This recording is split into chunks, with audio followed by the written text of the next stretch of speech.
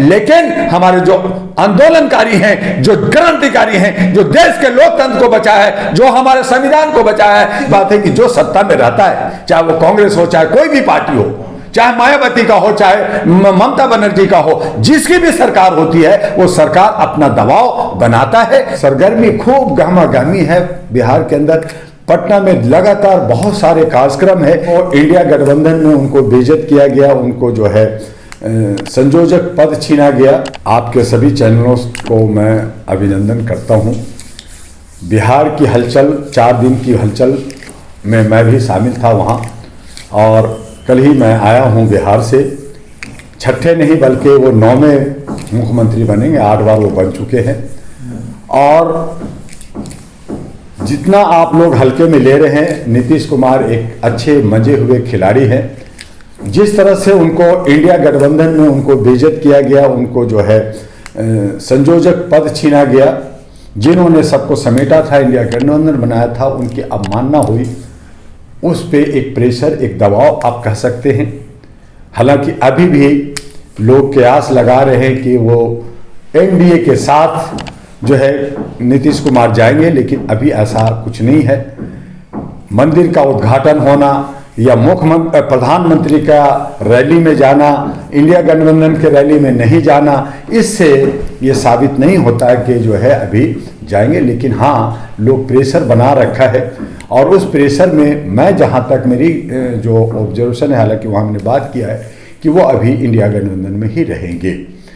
तो एक तो यह है वहाँ का नीतीश कुमार का, चूँकि तेजस्वी और लालू जी भी लगे हुए हैं, कांग्रेस के लोग लगे हुए हैं, आपके बीजेपी के लोग लगे हुए हैं कि नीतीश जी पुनः आ जाइए, आप चीफ मिनिस्टर बन जाइए, 2 सीएम और स्पीकर का जगह जो है एनडीए बीजेपी का बंदा होगा।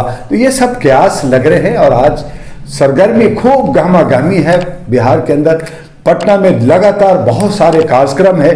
कर्पूरी ठाकुर की जयंती मनाई गई, लाखों लोग वहां आए, वहां मैं भी चश्मदीद गवाह रहा और वहां के हिस्सों भाग में लिया। तो ये सब चल रहे हैं, देखते रहिए क्या होता है। लेकिन आने वाले 2024 का जो लोकसभा का जो चुनाव है, वो एक दिलचस्प चुनाव होने वाला है।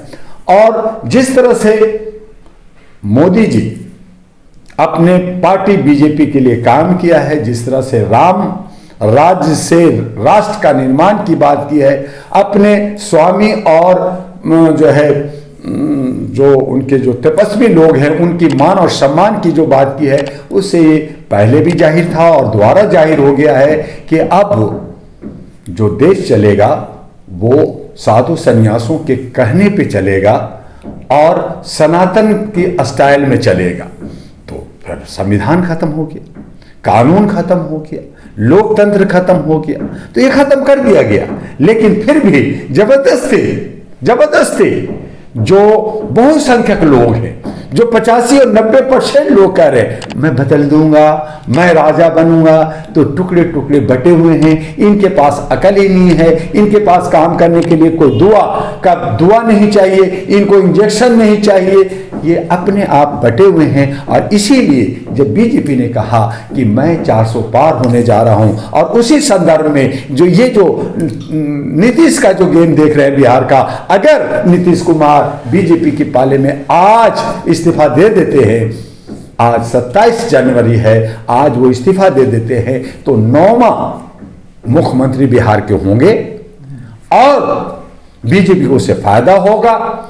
40 बीजेपी के हिस्से में जो एमपी का सीट है, उसमें से कमोबेश 2 को छोड़ करके सारा उनकी झोली में भर जाएगा। और उत्तर प्रदेश का 80 का 80, और अगर 80 नहीं तो 75 बीजेपी के पास जा रहा है। और जब 2 राज्य बीजेपी के पास जाएगा तो फिर मोदी जो कह रहे हैं कि 400 पार, तो 400 पार हो जाएंगे। और इसकी गलती किसकी है? इसकी गलती बहुसंख्यक की है। इसकी गलती किसकी है? जो ये इंडिया गठबंधन है, ये टुकड़े टुकड़े जो गैंग है, ये लोग जो ईगो में और अहम में राजकुमारी में जी रहे हैं कि मैं राजकुमार हूं, मैं तो कर दूंगा, और मैं तो इतना बड़ा हूं, जो ये जमीन पे आकर करके अपने जो है दरी पे आकर करके ये बात नहीं कर रहे। उधर मायावती अपने ठसक में है, उधर स्टेशन ठसक में, बाकी सब ठसक में हैं और बाकी लोगों का पूछ नहीं रहे, तो ये समझ रहे हैं कि मैं राजा हूं, तो ये प्रजा से भी बदतर हो जाएंगे, ये कंगाल हो जाएंगे, भिखमंगे हो जाएंगे। तब मैं पूछूंगा राहुल गांधी से और तब मैं पूछूंगा खड़से से कि तुम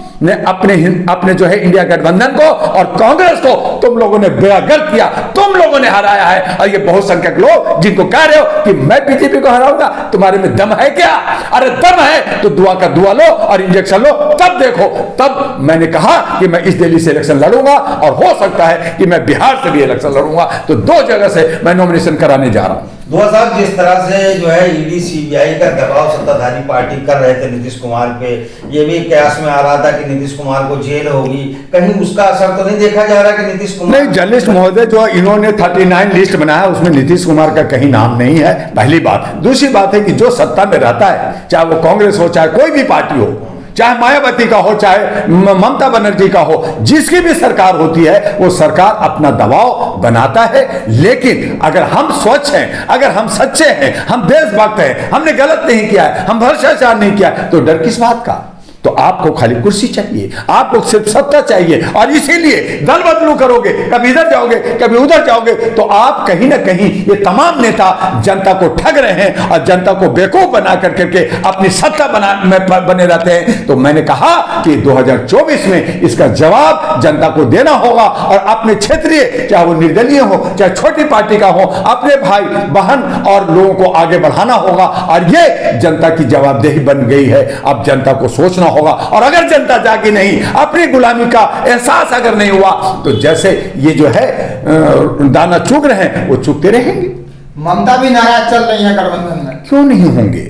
सभी नाराज होंगे। मैंने पहले ही कहा था आपको, 1 महीना पहले आप लोगों जर्नलिस्टों को कहा था कि तमाम जर्नलिस्ट लोग जो है ये टुकड़े टुकड़े, ये जितने भी जो इंडिया गठबंधन में हैं, ये सब लोभी लालची और भ्रष्टाचारी हैं। ये जो है अहम में चूर हैं, मुझे प्रधानमंत्री बनना, मुझे ये बनना। अरे पहले जीतो, तो पहले जनता का विश्वास तो ले लो। तो जनता का विश्वास बिना लिए ईवीएम का विरोध नहीं करना चाहते, ईवीएम में जो चोरी हो रही है, तो कहीं ना कहीं एक ही थाली के छट्टे बट्टे लोग हैं, ये जो सर इधर उधर बदल करके सत्ता में रह करके आज जो बीजेपी में है वो कांग्रेसी है, कांग्रेसी में है जो बीजेपी में है, बाकी पार्टियां एक दूसरे में दल बदल कर करके चलते। तो दल बदल का कानून क्यों नहीं बनता? क्या इलेक्शन कमीशन स्वतः से पारदर्शिता के साथ काम क्यों नहीं करता?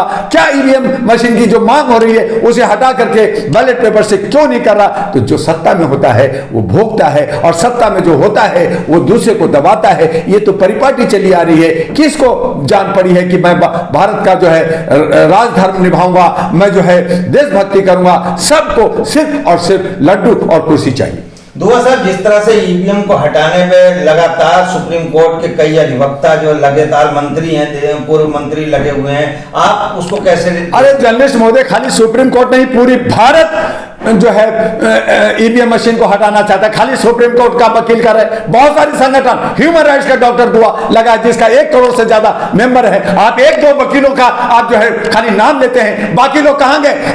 हम लोग 31 जनवरी को हम लोग इलेक्शन कमीशन को 2 लाख लोग बुला करके, मेसराम, काले, माने, डॉक्टर दुआ और सब मिल करके हम जो है इलेक्शन कमीशन घेरने जा रहे हैं। आप उनको नाम नहीं लेते, तो कहीं ना कहीं आप लोग भी गोदी मीडिया की तरह और पेड मीडिया की तरह बात करते हैं, चंद लोगों की बात करते हैं। जो जनता की आवाज है कि इलेक्शन कमीशन को जागना होगा, ईवीएम को हटाना होगा, बैलेट को लाना है, ये पूरे भारत की जनता की मांग है।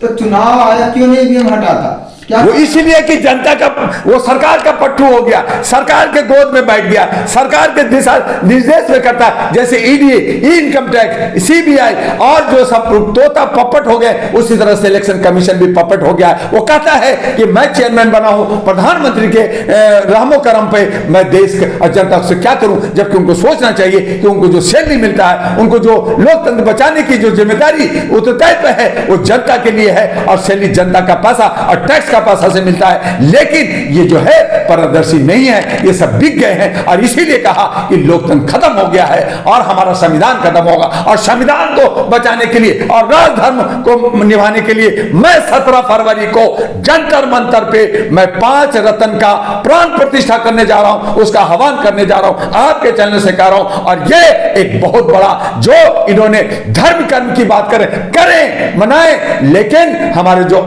आंदोलनकारी हैं हैं, जो क्रांतिकारी हैं, जो देश के लोकतंत्र को बचाया है, जो हमारे संविधान को बचाया है, जिसने संविधान को लिखा है कर्पूरी ठाकुर, अंबेडकर, हमने प्रियार और हम सुभाष चंद्र बोस और जयप्रकाश नारायण का हम प्राण प्रतिष्ठा 17 फरवरी को जंतर मंतर पे करने जा रहे हैं।